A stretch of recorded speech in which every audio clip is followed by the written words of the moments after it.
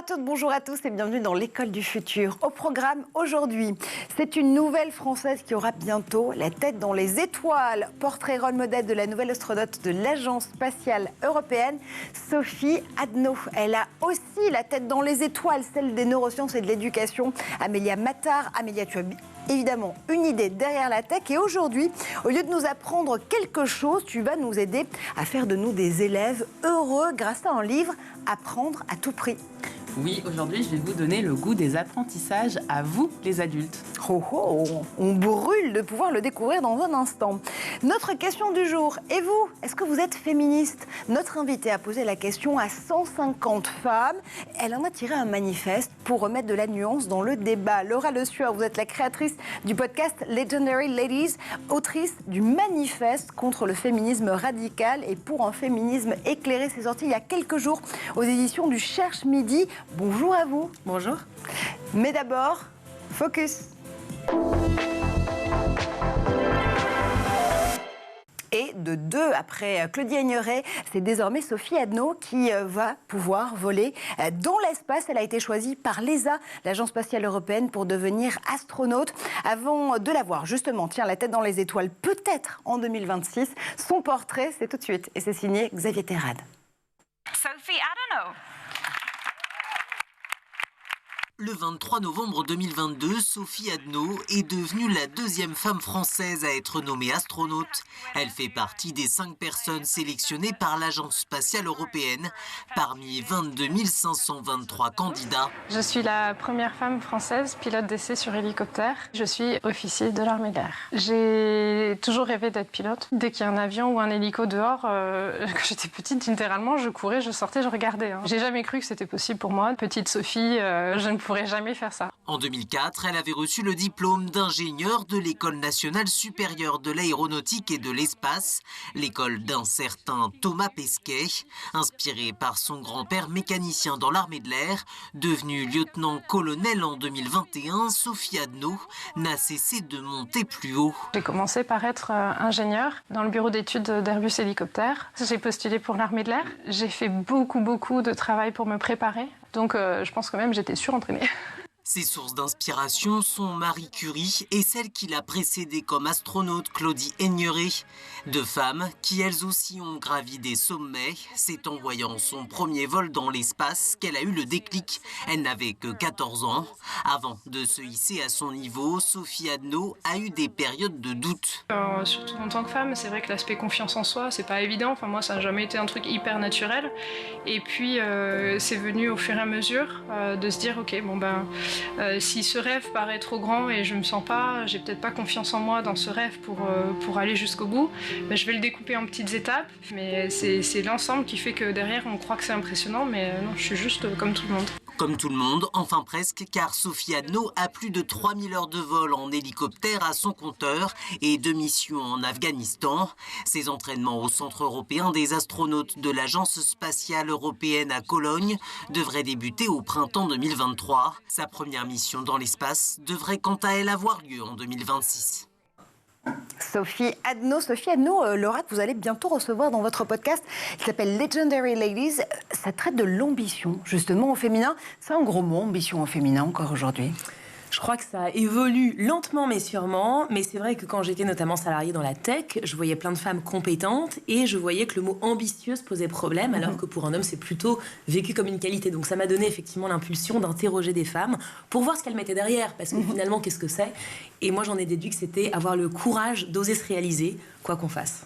150 invités à ce jour reçus justement à la fois en version podcast mais aussi en version télé, si je ne m'abuse.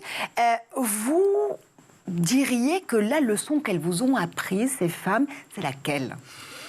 Il y en a beaucoup, c'est un exercice difficile, mais je dirais que le dénominateur commun, finalement, avec le recul qu'elles ont, quels que soient leurs écosystèmes, c'est que la connaissance d'elles-mêmes était vraiment le point de départ pour entreprendre, pour oser, pour se donner confiance, pour donner aussi confiance aux autres. Donc vraiment revenir finalement à leur singularité, à la connaissance d'elles-mêmes, qui peut arriver à n'importe quel moment de son parcours, mais ouais, c'est quand même le point, je crois, central.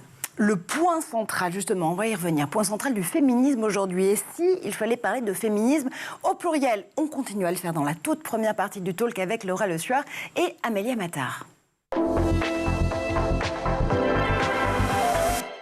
Et je le rappelle aujourd'hui, pour en parler, on est avec vous, Laura Le Sueur. Vous êtes la créatrice du podcast Legendary Ladies, dont on parlait il y a encore un quart de seconde, autrice de ce manifeste contre le féminisme radical et pour un féminisme éclairé. Ça vient de sortir aux éditions du Cherche Midi. Et si je faisais référence justement aux 150 invités que vous avez reçus sur le podcast Legendary Ladies, c'est parce que vous leur avez posé une question quasi rituelle. Et vous, êtes-vous féministe? Et vous avez observé comme un certain malaise à l'énoncé de cette question.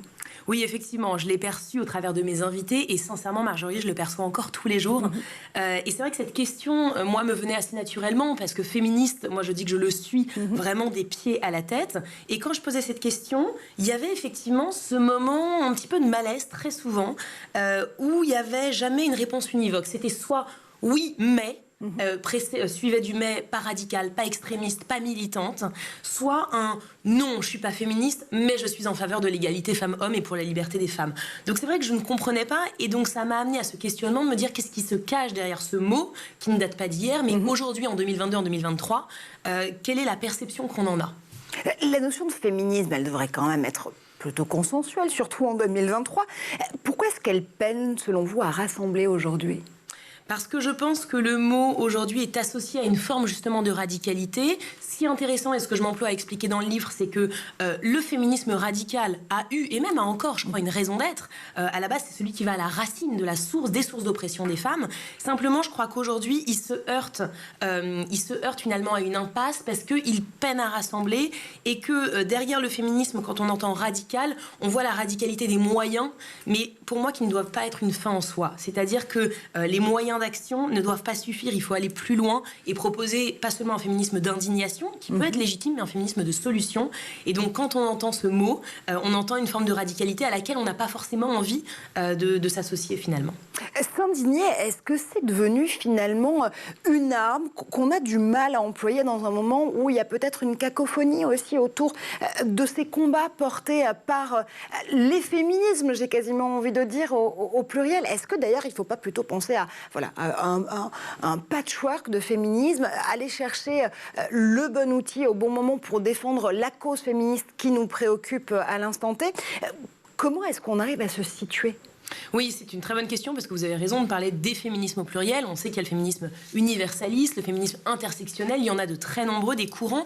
Moi, je pense qu'il ne faut pas chercher à tout prix à les réconcilier parce que, comme vous l'avez dit, ils ont tous leur combat, leur raison d'être. Par contre, à un moment donné, je pense qu'il y a besoin quelque part d'un leadership du féminisme, en ce sens où pour rassembler, il faut parler quand même à un moment donné d'une voix commune qui puisse rassembler les personnes qui finalement, pour qui c'est pas trop le sujet encore. Je parle des hommes, mais pas que. Il y a des femmes encore qui se disent je vois pas forcément l'intérêt. Donc je crois qu'il faut œuvrer à fédérer et donc à expliquer et à parler d'une voix quand même claire et intelligible. Et par rapport à ce que vous disiez, je pense qu'on est, et c'est ça qui est intéressant, à une époque où on est prise en otage de devoir se positionner et avoir un avis sur tout, tout le temps, tout de suite, dans une forme d'immédiateté. Et les réseaux sociaux n'ont pas forcément aidé à ça. On peut pas dire. Et je trouve que, et c'est aussi ce que j'explique dans le livre, c'est que je vise à essayer de reposer des questions et pas forcément d'avoir des réponses toutes faites, parce que faut aussi avoir de l'ambition mais de l'humilité, parce que c'est un combat très grand et complexe qui soulève beaucoup d'enjeux. De 2000 ans de patriarcat et 200 ans de lutte féministe, en effet, il va quand même falloir un petit peu de temps pour pouvoir rétablir la situation. Amélia, justement, c'est aussi une question qui t'anime, le féminisme. Tu travailles également sur cette question. Si je te demande si tu es féministe, tu me réponds quoi ? Alors, je te réponds assurément oui. Et je partage un bon nombre d'arguments, effectivement, de ton livre. Et moi, j'aime bien cette idée que véhicule notamment Thomas d'Azembourg qui dit « Quand vous êtes trop révolté, vous êtes révoltant. Et quand vous êtes passionné, vous êtes passionnant. » Et c'est un peu ça l'idée aussi, c'est d'être aussi dans des solutions. En revanche, c'est vrai que je me suis demandé, est-ce que je suis féministe radicale ou non ? Et je crois que quelque part, je le suis, non pas parce que je le revendique, mais parce que j'observe qu'il y a encore beaucoup de personnes qui, quand on parle de féminisme, associent tout de suite cette idée à une radicalité et qui, quelque part, ne font pas la différence entre les différents féminismes et voilà, considèrent que peu importe le féminisme qu'on endosse, on est radical. Donc, dès lors qu'effectivement, oui, je considère que la situation que vivent encore beaucoup trop de femmes, beaucoup trop d'enfants, est insupportable et que ce constat de fait est considéré encore par beaucoup comme radical, oui, en ce sens, je peux dire que je suis une féministe radicale. Et ce problème de considérer le féminisme comme radical, peu importe du féminisme dont on parle, je ne sais pas si c'est véritablement dû ou vraiment au courant très radical du féminisme, à ces personnes que tu nommes, qui sont effectivement dans une misandrie qui, moi, dans laquelle je ne me reconnais absolument pas. Enfin, je suis pour travailler avec les hommes, pour collaborer avec les hommes, pour inclure les hommes dans ce combat éminemment important. Mais je me demande dans quelle mesure le féminisme n'est pas taxé de radicalisme, parce qu'il dérange aussi un certain nombre de personnes, parce qu'il questionne les privilèges d'un certain nombre de personnes, femmes ou hommes d'ailleurs. Hein. Et voilà, du coup, cette notion de radicalité, elle est compliquée en fait, elle est très complexe et voilà, elle est à manier quelque part aussi avec beaucoup de nuances. Ouais, concrètement, est-ce qu'en effet, quand on parle de féminisme radical, on ne met pas aussi à l'index un certain nombre de femmes qui peuvent aujourd'hui le porter? On va parler évidemment de Sandrine Rousseau, d'Alice Coffin, de ces grandes figures aujourd'hui qui sont aussi devenues des figures médiatiques de ce courant féministe qui pourrait en effet être qualifié de radical. Est-ce que c'est pas suffisamment, enfin, est-ce que c'est pas trop simple de tirer justement sur ces figures-là à boulet rouge, parce qu'elles incarnent un féminisme que finalement on aimerait mettre parfois à l'index? Je pense que c'est des questions et des réflexions évidemment que je me suis posées et qui sont extrêmement intéressantes. Le problème, c'est qu'aujourd'hui on est, vous le savez, dans un monde de perception et que ce que tu mentionnais, Amélie, effectivement la misandrie, l'exclusion systématique des hommes, en réalité c'est une infime minorité. Mais dans le débat public et donc dans le champ des perceptions, c'est une minorité bruyante qui parfois a pris le pas sur une grande majorité. Moi, je le vois tous les jours, beaucoup plus silencieuse, beaucoup plus nuancée, empreinte de bon sens, mais aussi de conviction et d'engagement. Je pense qu'on peut avoir des convictions et des engagements et aussi avoir un sens critique et du recul. La problématique, c'est que dans une étude qui était parue il y a 2 ans de BVA, moins de la moitié des Français, 47%, estiment que le féminisme a quelque chose de positif. Donc forcément, ça veut dire que moins de la moitié des Français ne vont pas forcément s'engager dans ce féminisme-là au quotidien. Et moi, ce que je m'emploie à dire, c'est qu'on a besoin absolument de rassembler pour mobiliser. Et je trouve que parfois, quand on est habité par cette cause, et c'est mon cas, même moi, je me suis aperçue en interrogeant sur mon podcast que je manquais de recul et que je me disais, mais tout le monde est féministe, c'est une évidence. Mais qu'en réalité, quand on pose la question, on s'oppose souvent à des non mais ou des oui mais. Et donc je pense que on reparlera sans doute des Sandrine Rousseau, Alice Coffin. Ce que je décris pas, c'est pas leur personne, c'est ni même leur engagement. Ils ont contribué effectivement à bousculer, à déranger, et ça a toujours été utile dans des sociétés justement où il y avait des carcans trop établis. Par contre, je trouve que le message n'est pas suffisamment fédérateur. Et l'argument du radical, pour terminer, c'est souvent la fin justifie les moyens. Ben moi, j'en suis venue à penser que parfois les moyens pouvaient discréditer la fin s'ils étaient pas suffisamment fédérateurs, parfois avilissants ou excluants. Donc c'est ça que j'interroge en fait. Sachant qu'on a aussi eu ce rapport du Haut Conseil pour l'égalité dévoilé fin janvier, qui est quand même alarmant, 5 ans après MeToo. Voilà ce que dit ce rapport. La société française reste très sexiste dans toutes les sphères. Pire même, certaines manifestations les plus violentes du sexisme s'aggravent. Alors, on va revenir sur les chiffres, notamment de la violence, des violences conjugales. Elles ont encore augmenté de 21% entre 2020 et 2021.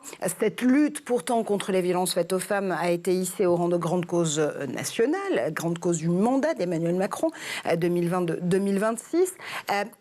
On voit justement que, à la fois sur la question des violences, ça ne progresse pas, que sur la question des biais aussi, des stéréotypes, des clichés de genre, des clichés sexistes, ça ne bouge pas non plus. On voit même que l'opinion semble reconnaître, encore une fois, que ces biais et que ces clichés existent, mais ils n'arrivent pas forcément à faire la part des choses et à pouvoir les rejeter au quotidien. Est-ce qu'il y a une dichotomie entre la façon dont aujourd'hui on pose les questions absolument nécessaires de lutte contre les violences conjugales, contre les violences sexistes et sexuelles, contre les violences faites aux femmes, et la façon dont on les combat au quotidien? Absolument, et vous avez raison de le rappeler, c'est un fléau, c'est 109 féminicides en 2021, c'est des chiffres qui sont en augmentation, souvent derrière il y a aussi des violences qui sont faites effectivement sur les enfants. Je crois qu'il y a des choses qui ont été faites mais qui sont encore largement insuffisantes par rapport à l'ampleur du problème. Ce qui est important, c'est qu'on voit finalement dans les constats que vous faites qu'il y a d'une part les lois et après il y a les comportements. Et effectivement, il y a souvent un fossé entre les deux parce qu'on ne change pas une culture, on ne change pas des... Qu'est-ce que c'est qu'une culture? C'est c'est l'ensemble des comportements des individus qui façonnent donc une société. Et donc on ne change pas des comportements et des convictions et des habitudes héritées de dizaines d'années à coup de loi. Ça ne suffit pas. Donc finalement, moi je pense que c'est évidemment systémique. Il faut mettre des moyens sur la table, il faut évidemment sensibiliser dès le plus jeune âge, il faut aussi l'entreprise, je crois, une véritable responsabilité avec beaucoup de formations qu'ils peuvent mettre en place. Mais surtout, il faut questionner les valeurs. Qu'est-ce qu'on relaie? Qu'est-ce qu'on valorise? Qu'est-ce qu'on regarde dans notre société? Si nos valeurs principales sont celles de la compétition, de la verticalité, et pas de la coopération, et d'avoir une véritable culture finalement qui soit des valeurs différenciantes, évidemment, ça ne va pas conditionner nos comportements. De la même manière, qu'est-ce qu'on consomme? Quand on voit le fléau de la pornographie et la violence qu'elle propose, et que vous avez plus de la moitié des adolescents qui ont été exposés à des images pornographiques qui aujourd'hui absolument pas réglementé, on le sait. En l'occurrence, le gouvernement est en train d'agir et propose notamment une attestation numérique, on l'a beaucoup observé dans cette émission, une attestation numérique à partir du mois de septembre pour que les mineurs ne puissent plus justement avoir accès aux sites et aux plateformes pornographiques. Absolument, et c'est nécessaire parce que ça c'est un véritable fléau. Et dans ce qu'on consomme, et je vais prendre différents exemples volontairement, mais il y a aussi des jeux vidéo qui peuvent être extrêmement violents. On peut aussi questionner, c'est moins violent, mais quand même dans les perceptions, les concours de Miss France par exemple. Je sais que ça a tendance à évoluer, qu'ils ont essayé de faire des efforts, mais qu'est-ce que ça dit? Qu'est-ce qu'on juge? Qu'est-ce qu'on valorise? Qu'est-ce que ça véhicule? Voilà, je pense qu'il faut en fait se questionner à tous les niveaux et se dire que, et ça je trouve que c'est un peu un des angles morts de certaines féministes radicales, je suis désolée, mais oui, il faut prendre le temps long d'éduquer et d'expliquer. Même si on se dit, on n'a pas envie de prendre le temps d'expliquer, ce n'est pas à nous d'éduquer, eh bien moi je crois que si, parce que quelque part, sinon les mentalités ne changeront pas, et je ne pense pas qu'on va fédérer par le coup de l'indignation uniquement, mais qu'il faut prendre ce temps d'éducation. Et je crois, heureusement, mais Amélia est experte en la question, que tout ne se joue pas avant 6 ans, du moins j'espère, et qu'on peut encore éduquer autrement. On va reparler justement beaucoup d'éducation dans la suite de cette émission, mais je voulais juste revenir notamment sur encore une fois, ce que nous dit le rapport du Haut Conseil à l'égalité, 5e édition s'il en est. Les biais sexistes, et on le voit aussi avec vous Laura, existent évidemment partout, dans tous les secteurs, dans toutes les industries, dans toutes nos actions au quotidien.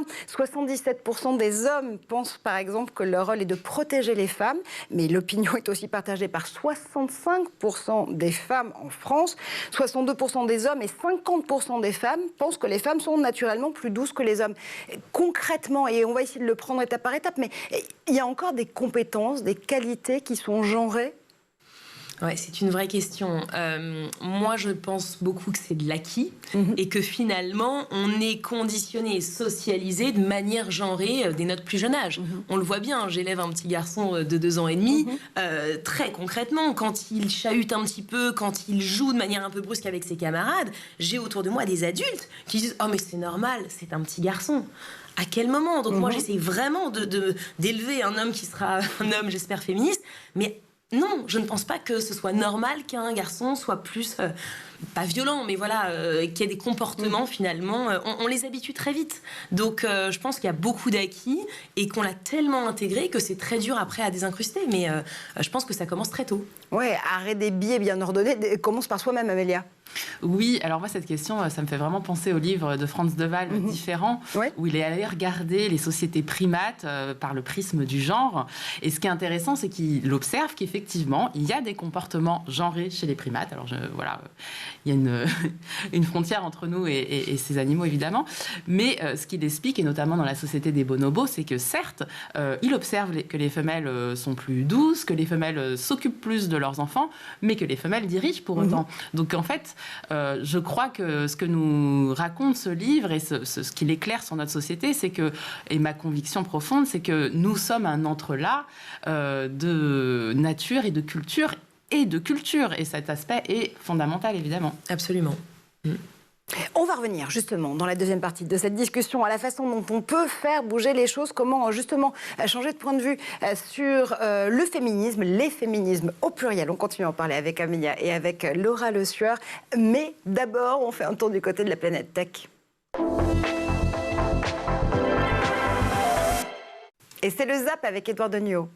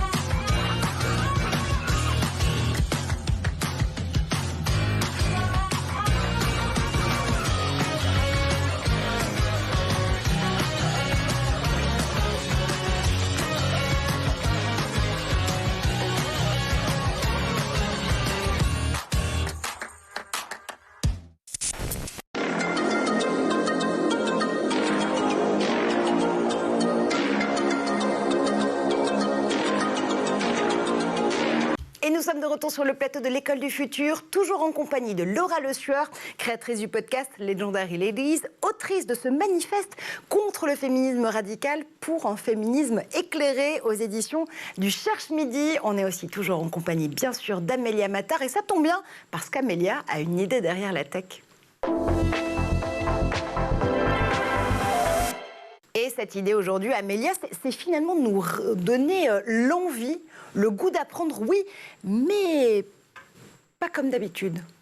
Oui, Marjorie, nous l'avons souvent dit ici, c'est vrai, les enfants ont des capacités d'apprentissage exceptionnelles. Céline Alvarez, la fameuse pédagogue et autrice du best-seller « Les lois naturelles de l'enfant » le dit très bien. Le cerveau des enfants est doté d'1 million de milliards de connexions synaptiques, c'est beaucoup, tandis que le cerveau de l'adulte en possède 300 000 milliards, donc aussi beaucoup, certes, mais nettement moins que l'enfant. Alors pour autant, est-ce qu'il faut renoncer à apprendre quand on devient adulte ? Non, c'est du moins l'idée que défend Tom Vanderbilt dans son livre « Apprendre à tout prix », publié aux éditions de La Martinière en ce début d'année 2023. Alors, quand j'ai vu la couverture, j'ai cru que j'avais entre les mains une méthode clé en main pour apprendre à apprendre. Et cette perspective me ravissait, car en effet, apprendre à apprendre est en soi une compétence cruciale. Le professeur de psychologie du développement et de neurosciences cognitives de l'éducation, Grégoire Borst, qu'on connaît bien ici, le souligne très fréquemment. Et il a d'ailleurs co-signé récemment un livre sur le sujet intitulé « Enseigner aux élèves comment apprendre 40 leçons clés en main destinées aux enseignants du collège ». Je m'attendais donc à ce même type de contenu dans ce livre, mais destiné cette fois-ci aux adultes dont les neurones sont un petit peu vieillissants. Et donc clairement, ça n'a pas été le cas. Et non. Et ce n'est pas bien grave, je suis bon public et j'y ai trouvé mon compte. Finalement, le livre de Tom Vanderbilt ressemble davantage, à mon sens, à un livre de développement personnel qu'à une méthode d'apprentissage. Tom Vanderbilt nous livre ici une vision de la vie, avant tout, et nous incite à nous bouger, quel que soit notre âge. Et il est assez clair dans son intention dès l'introduction, je le cite. Il s'agit d'un manuel pour incapables, d'une trousse de secours pour égaux esquintés, d'un guide de survie à l'usage de ceux qui en sont encore à subir les affres d'un stade douloureux, tragique et embarrassant, mais ô combien stimulant, celui de novice. Plus qu'un guide pratique, j'ai voulu en faire une invitation à réfléchir. Au lieu de vous servir à apprendre quelque chose, il fera de vous un élève heureux. Oh là, j'ai l'impression qu'il décrit ma relation avec l'apprentissage du permis de conduire, c'est formidable. Ça veut dire que donc ce livre s'adresse à tout le monde, même à moi, ça tombe bien. Pas vraiment, parce que clairement, pour suivre les pas de Tom Vanderbilt, quelques conditions doivent être réunies et elles ne sont pas offertes à tout le monde. Qu'on se le dise, Tom est manifestement un homme riche, en excellente santé et qui semble disposer d'un temps infini. Ce journaliste, relativement connu aux US, paraît en effet dans une situation confortable, financièrement parlant, si bien qu'il fait appel à plusieurs professeurs personnels et on comprend à travers les pages que ses enfants sont grands, suffisamment du moins pour lui laisser de nombreuses heures à pouvoir consacrer à de nouveaux apprentissages. Malgré tout, son propos m'a vraiment plu, car peu importe votre niveau de revenu et du temps dont vous disposez, vous autres, et nous autres, je m'inclus, adultes, partons bien souvent du postulat que les apprentissages sont derrière nous.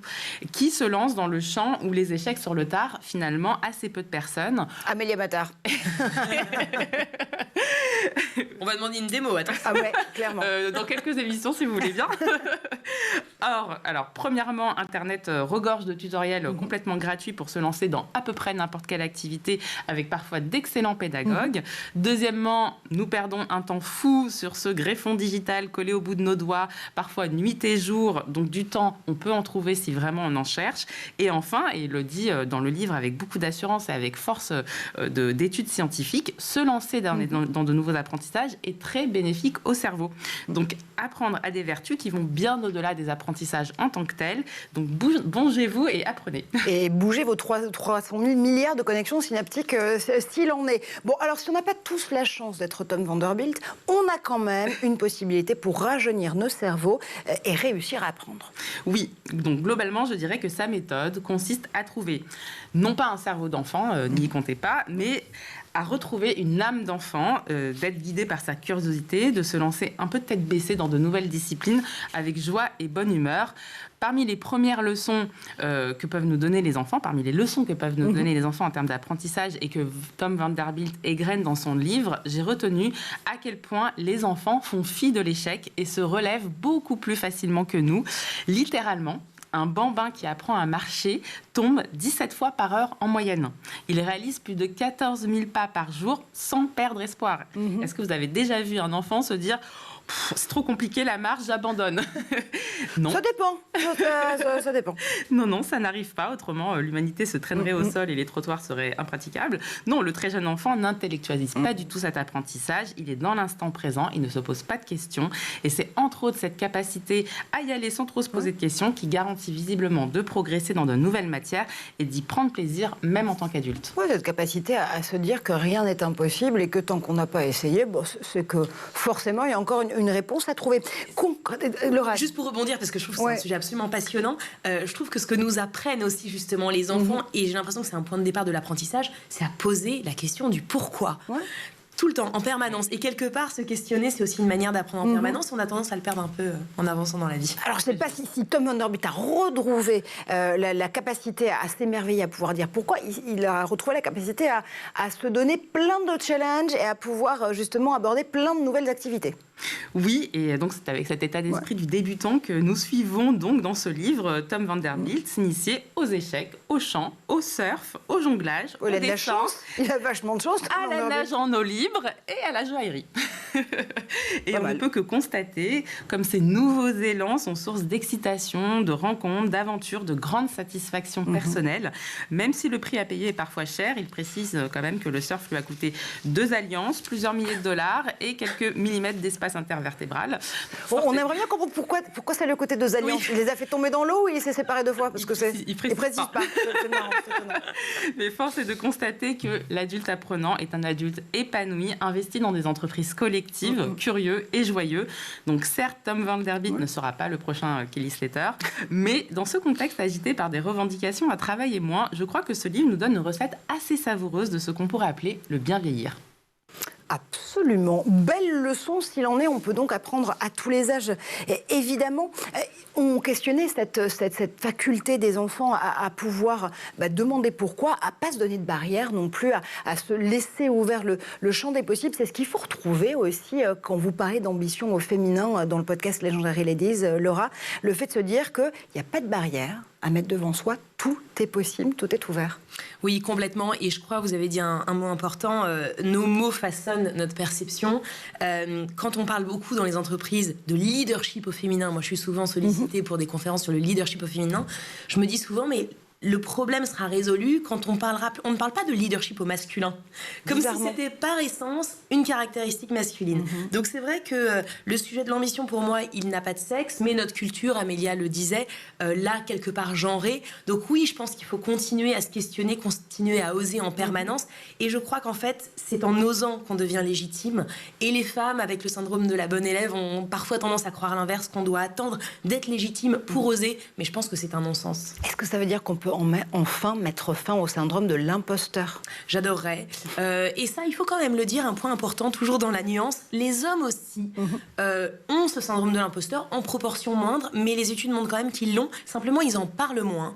Et ça, dans les injonctions assez traditionnelles et un peu virilistes, le côté, on a dit aux femmes, sois belle et tais-toi. On a beaucoup dit aux hommes, sois fort et prouve-le. Et derrière cette injonction de sois fort et prouve-le, il y a garde pour toi tes sentiments, tes émotions, intériorise-les. Ce qui fait du mal à tout le monde. Et donc, oui, le syndrome de l'imposteur, j'espère que les femmes pourront le dépasser, mais les hommes aussi. Alors justement, on ne vous conseille que trop la lecture aussi du livre de Marion Darrieutor, CEO de The Arken, qu'on a reçu dans l'école du futur il y a quelques jours à peine, avec le temps des leaders pop, où elle dégenre totalement les compétences et les qualités de ce qui fait un bon leader ou une bonne leader pour le monde de demain. On va continuer, à parler syndrome de l'imposteur, mais d'une autre façon. Est-ce que les hommes, en matière de féminisme, ont un syndrome de l'imposteur? Comment les inclure justement dans le changement à la fois des mentalités et des réflexes en matière de biais genrés? Mais pas que, on continue à en parler avec Laura Le Sueur et avec Amélia Mattar, bien sûr. Et on on revient sur la deuxième casquette pour laquelle vous êtes invitée dans cette émission, Laura, évidemment, c'est ce livre manifeste contre le féminisme radical et pour un féminisme éclairé. Ça vient de paraître tout début février aux éditions du Cherche Midi. On le dit dans la première partie de cette émission, c'est parfois compliqué pour les femmes, mais aussi pour les hommes aujourd'hui, de se positionner sur la cartographie des féminismes au pluriel, féminisme radical, féminisme éclairé, féminisme de solution. Est-ce qu'aujourd'hui, il faut un GPS pour réussir à comprendre exactement comment réussir à accompagner justement ces changements, ce mouvement et mettre fin au patriarcat ? Ouais, c'est un vrai sujet, Marjorie, parce que je pense qu'il faut effectivement simplifier les messages pour qu'ils soient accessibles à toutes et à tous. Et en même temps, on ne peut pas faire l'économie de la complexité que pose le féminisme, qui cristallise vraiment des enjeux sociétaux majeurs autour de lui. Je pense que si on a besoin de GPS, en tous les cas, il faut au moins des points d'étape et inclure absolument les hommes fait partie des étapes prioritaires et nécessaires, tout simplement à plusieurs titres. Déjà, parce que d'un point de vue purement stratégique, on ne peut pas changer le monde avec uniquement la moitié de la population, dans un sens comme dans l'autre. Ensuite, et je crois qu'il faut vraiment partir de ce qui nous unit plutôt que de ce qui nous divise, les hommes, ils ont tout intérêt. C'est-à-dire qu'ils ont tous à minima des mères. Pour beaucoup, des femmes, des filles, des sœurs, des amies, des conjointes. Et donc, finalement, ils sont intéressés sur ce sujet du féminisme, mais aussi parce que questionner la place des femmes dans la société, qui heureusement a évolué ces dernières années, et quand même dans le bon sens, il faut aussi le rappeler, les invite à se questionner eux sur leur place d'homme, parce que les cartes sont rebattues. Donc je crois qu'il ne s'agit pas de dire oh les pauvres, Vincent Cespedes dans mon livre les appelle les choupinets, oh les pauvres. C'est très Vincent Cespedes, bizarrement. Ils ne savent plus comment, parce qu'il y a des contributions effectivement assorties dans cet ouvrage. Ils ne savent plus comment se positionner, ils ne savent plus s'ils peuvent dire ceci, dire cela. C'est pas ça l'idée. C'est simplement de leur dire, c'est une invitation pour eux à se réinterroger sur qu'est-ce que veut dire leur masculinité, à mettre aussi peut-être plus de dialogue, plus d'empathie, plus de vulnérabilité, qui n'est pas un anti-pouvoir. Voilà, il y a pas mal. C'est une invitation pour moi, une opportunité à se questionner aussi sur leur rôle à eux. Mais ça, c'est intéressant parce que, par exemple, vous en parliez hier, on a fait des portraits en fin de livre. Alors, portraits à la fois repris de votre podcast, Legendary Ladies, mais pas que. Vincent Cespedes, philosophe, là aussi habitué de l'école du futur, nous dit « Je suis un féministe radical. J'estime qu'il ne faut qu'aucune limite au féminisme soit posée puisqu'il y en va de l'égalité entre les femmes et les hommes. » Il est plus féministe que vous ? J'aurais du mal à hiérarchiser. Il est, on va dire, d'un féminisme différent, mais son point de vue est essentiel et il n'est pas tout à fait en adéquation, effectivement, avec ce que je mets dans ce livre. Mais volontairement, j'ai voulu avoir des contributions de 8 femmes et 3 hommes, comme sur le podcast Legend Ladies. J'ai toujours interrogé des hommes également sur le sujet, pour les raisons que j'ai évoquées. Et je trouve que, encore une fois, dans un monde complexe, on ne peut pas faire l'économie des diversités de points de vue, d'opinions, même quand ils sont un petit peu à contresens. Et encore une fois, je pense qu'on parlait d'apprentissage. On peut avoir des convictions tant que ce ne sont pas, et je fais vraiment la distinction, des certitudes qui nous poussent à une sorte d'immobilisme intellectuel. Et je crois que parfois, quand on est trop arc-bouté, parce qu'on a vécu des traumas, parce qu'on est indigné, et à juste titre, on peut perdre un petit peu cette flexibilité de réflexion dont on a vraiment besoin. Ça veut dire quoi, Amélia ? Qu'il faut des solutions pratiques pour faire évoluer son logiciel féministe et inclure aussi les hommes et les femmes dans ces pistes de réflexion ? Oui, clairement, et je crois que dans les solutions et qu'on a déjà évoquées ici, et qui, moi, évidemment, m'animent particulièrement, il y a cette idée d'éducation, évidemment. Alors, c'est éduquer à la fois les petits garçons à comprendre ce qui est autorisé, ce qui ne l'est pas, comment évoluer avec leurs camarades filles, mais c'est aussi éduquer les petites filles, et moi, j'essaie de le dire dans mon roman Incineste et Maman. On suit l'évolution d'une petite fille qui a un caractère très affirmé, et ce que j'essaye aussi de dire à travers ce personnage, c'est qu'elle a été éduquée aussi pour pouvoir s'affirmer et pouvoir, elle prend la parole, elle remet à sa place ses petits camarades en cours, et on sent bien que certes, il y a sans doute une part de nature dans son comportement, il y a aussi une part très très forte d'éducation, et dans mon livre, il y a aussi un homme qui joue un rôle essentiel. On m'a souvent reproché qu'il n'y avait pas suffisamment d'hommes dans le livre, mais il y en a un.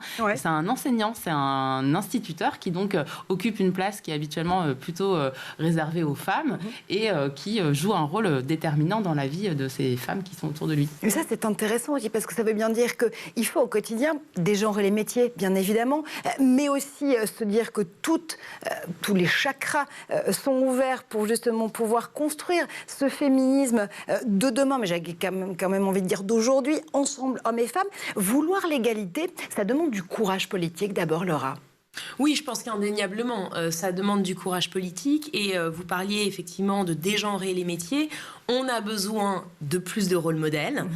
C'est un mot qui est beaucoup repris ces derniers temps et on a besoin vraiment d'une diversité de rôle modèles et j'insiste parce que on a besoin de diversité dans évidemment le genre, on a besoin de diversité dans l'écosystème, on a besoin de diversité dans les orientations sexuelles, dans les origines et c'est très important parce que si on a beaucoup eu des Michelle Obama, Christine Lagarde, j'ai envie de dire pour un clin d'œil à l'actualité, Rihanna enceinte qui nous fait un show au Super Bowl absolument formidable.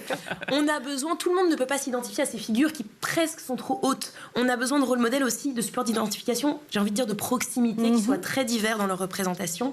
Et ça, c'est essentiel. Et comme le disait Amélia, on n'a jamais fini d'apprendre. Je voudrais aussi parler d'un sujet qui me tient à cœur. Moi, j'ai vu en entreprise, j'étais avant dans la tech, autant de femmes être victimes du sexisme ordinaire, j'en ai aussi fait les frais, que de femmes s'auto-censurer. Et j'en ai aussi fait les frais parce que j'ai eu des écarts de rémunération avec un collègue masculin parce que je n'avais pas négocié.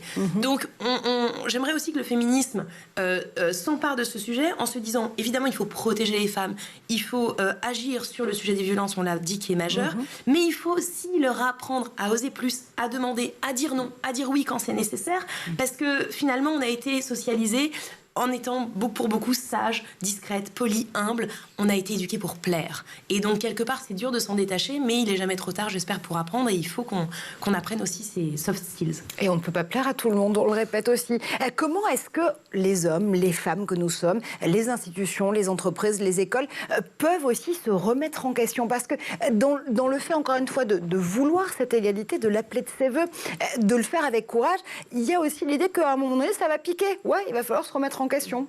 Oui, effectivement. Et là, vous parlez du courage, même du courage politique. À un moment donné, on est pris un peu en étau entre l'exigence d'immédiateté et finalement le temps long que prennent certaines mesures. Et donc, à un moment donné, et c'est là le courage en tous les cas politiques, qui peuvent être impopulaires sur un certain laps de temps, mais qui sont absolument nécessaires sur le long terme. Donc oui, ça demande une certaine forme de courage, absolument. Les quotas, par exemple, ça fait partie de ce temps long, de cette volonté politique, le fait de pouvoir apporter des pièces de régulation, de législation, qui vont encadrer justement la progression notamment des femmes. Alors, dans les conseils d'administration, les fameux 30%, mais pas que. Je pense notamment à la loi Rixin, qui va fêter quasiment son premier anniversaire, même pas quasiment, c'est son premier anniversaire le 1er mars prochain, et qui donne de façon très pragmatique cet index de l'égalité professionnelle. Aujourd'hui, toute entreprise de plus de 1000 salariés est obligé de publier ces chiffres de parité et surtout les chiffres des salaires hommes-femmes. Et on s'aperçoit que c'est toujours la même chose. Les femmes gagnent 5,3% de moins que les hommes. C'était en tout cas le cas l'année dernière. Ces solutions, vraiment, encore une fois, pragmatiques avec des lois, on est obligé encore de pouvoir les aborder aujourd'hui pour que ça devienne naturel, finalement, ensuite un réflexe? Oui, je pense qu'on dit souvent que ce qui ne se mesure pas ne compte pas. Donc avoir des indicateurs extrêmement clairs et lisibles et éminemment important. Les quotas, on aurait aimé s'en passer, mais on voit bien que c'est un mal nécessaire qui a quand même porté ses fruits parce qu'en tous les cas, la France est maintenant première en tête, en tous les cas dans les pays européens, sur la parité dans les comités d'administration et c'est important. On voit aussi que ça n'a pas ruisselé dans les comités de direction, d'où la loi Rixin-Castaner, d'où l'importance, c'est ce que je disais au début, que les lois ne suffisent pas, il faut faire suivre ça d'évolution des mentalités, donc de la culture. Sur le sujet des quotas, c'est intéressant parce que sur mon podcast, j'ai beaucoup d'invités qui m'ont dit, moi honnêtement au départ, j'y croyais pas. Principe de méritocratie, soupçon après d'illégitimité, de je suis une femme quota, etc. Mais en voyant les effets, elles ont changé d'avis. Et je trouve que c'est important de dire que face à ces sujets qui sont complexes, on peut aussi changer d'avis. C'est pour ça que je parlais de certitudes parfois sclérosantes et enfermantes versus des convictions qui invitent justement à se bouger, à s'engager et parfois à changer d'avis parce que la société évolue et qu'elle est mouvement et qu'on peut aussi avoir cette mobilité intellectuelle. Quand je vous entends, je me dis que peut-être que le féminisme aussi éclairer le féminisme de solutions que vous prenez, c'est un peu du test and learn finalement. Il faut se laisser le droit à essayer plusieurs solutions, voir si elles fonctionnent, mais est-ce qu'on a encore le temps de faire un laboratoire du féminisme pour que les choses changent ? J'ai envie de dire qu'on n'a pas le choix que de continuer à essayer. L'idée de laboratoire dit quand même qu'on agit, donc qu'on fait des choses qui, j'espère, iront dans le bon sens. Et tout l'objet, c'est vraiment d'en faire, pour moi, un combat qui soit un féminisme réconciliateur, inclusif, constructif. J'oppose un peu ça à la déconstruction dont on a beaucoup parlé, sans mauvais jeu de mots, mais constructif pourquoi ? Parce que nouveau rapport entre les femmes et les hommes, nouveau rapport aussi des femmes entre elles. Il y a eu 2 livres qui sont sortis l'année dernière sur le sujet de la rivalité féminine. Là aussi, je trahis aucun secret, mais sur mon podcast, une fois les micros fermés, j'ai beaucoup de femmes qui m'ont dit beaucoup d'obstacles, je les ai eus de la part d'autres femmes. Donc, c'est pas une fatalité, mais ce que je veux dire, c'est qu'on peut construire des nouveaux rapports et aussi des nouveaux rapports à soi-même, en osant plus et en apprenant justement à se sentir le plus légitime possible. Amélia, ça veut dire quoi que la sororité, c'est pas un mythe ? Non, et alors moi je me suis beaucoup posé cette question parce qu'on se la pose forcément sur voilà, la rivalité, la concurrence entre femmes. Et moi, si je prends un peu de recul sur mon propre parcours, alors voilà, je fais pas de mon cas personnel une vérité absolue, mais force est de constater que me concernant, les femmes m'ont beaucoup aidée. Moi, je viens d'un milieu plutôt modeste où c'était pas du tout évident, j'avais pas du tout de réseau, je suis arrivée, je ne connaissais personne. Et ce sont des femmes qui, les premières, m'ont tendu la main, m'ont prise en stage, m'ont fait grimper dans les hiérarchies, m'ont fait confiance et voilà, donc moi la sororité c'est quelque chose oui que j'ai pu éprouver et voilà que je les remercie toutes, j'ai une reconnaissance infinie pour ces femmes. On peut redonner ces lettres de noblesse à la sororité, au mentoring, au networking au féminin ? Oui, je pense que c'est indispensable et que se dire que quand on fait la courte échelle à une femme, on n'est pas en train de se rabaisser, au contraire, on s'élève. Mais ça revient, vous me demandiez, Marjorie, quel est le dénominateur commun des échanges que j'ai eus, et je vous ai répondu, la connaissance de soi. Je pense qu'on peut faire advenir la sororité et donc aider les autres femmes quand on a trouvé sa singularité, son noyau dur, qu'on a vraiment la connaissance de qui on est. Et ça, c'est très important parce que sinon, on est dans des cultures, et c'est ça, de société ou d'entreprise, qui font que la sororité peut être difficile à faire émerger parce qu'on va être mise en concurrence, parce qu'il y a trop peu de femmes dans certains écosystèmes. Donc, c'est pas une fatalité et elle peut vraiment advenir. Allez, dernière question en forme de clin d'œil. Vous avez démarré votre carrière comme directrice commerciale d'une plateforme MedTech, me semble-t-il. On connaît bien ici ces startups et ces scale-up les technologies de l'éducation dans l'école du futur. Vous voyez évoluer le marché de la tech comment aujourd'hui ? Alors, je déplore quand même le fait que, je ne veux pas être négative, mais que sur le dernier classement des Next 40 de la French Tech, sur 40 sociétés les plus prometteuses, on a, je crois, une seule femme, Vestiaire Collective, fondatrice ou cofondatrice, Fanny Moisan. C'est quand même, une sur 40, en 2020, c'était en 2022. Et la French Tech a essayé de faire monter un indice parité qui ne marche pas forcément très bien pour l'instant ? Oui, absolument. Donc, comment je vois l'écosystème évoluer ? Il est prometteur, parce que c'est indéniablement une cellule de pouvoir. Je pense que vraiment, il va encore mieux évoluer si les femmes sont encore plus présentes. Ça commence bien sûr dans les écoles d'ingénieurs, ça commence dans les rôles modèles. Et quand même, je reviens sur le sujet des valeurs. Quand on n'a que des valeurs d'hypercroissance, de compétition, de verticalité, faut aussi se reposer les questions de pourquoi est-ce qu'on a trop peu de femmes dans ces écosystèmes-là. Donc voilà, en même temps, c'est des startups qui proposent beaucoup de choses en termes de qualité de vie au travail, de flexibilité. Rien n'est noir ou blanc, tout est nuance, mais voilà, je pense qu'il faut plus de femmes. Eh bien, ce sera le mot de la fin. Il faut plus de nuances. Merci infiniment, Laura Le Sueur, pour avoir fait un tour par le plateau de l'École du Futur. On vous retrouve évidemment en podcast et puis au Cherche Midi avec ce manifeste. Merci comme toujours à Amélia Matar pour ses idées derrière la tech. Et on se retrouve, nous, dès demain pour d'autres aventures dans l'École du Futur.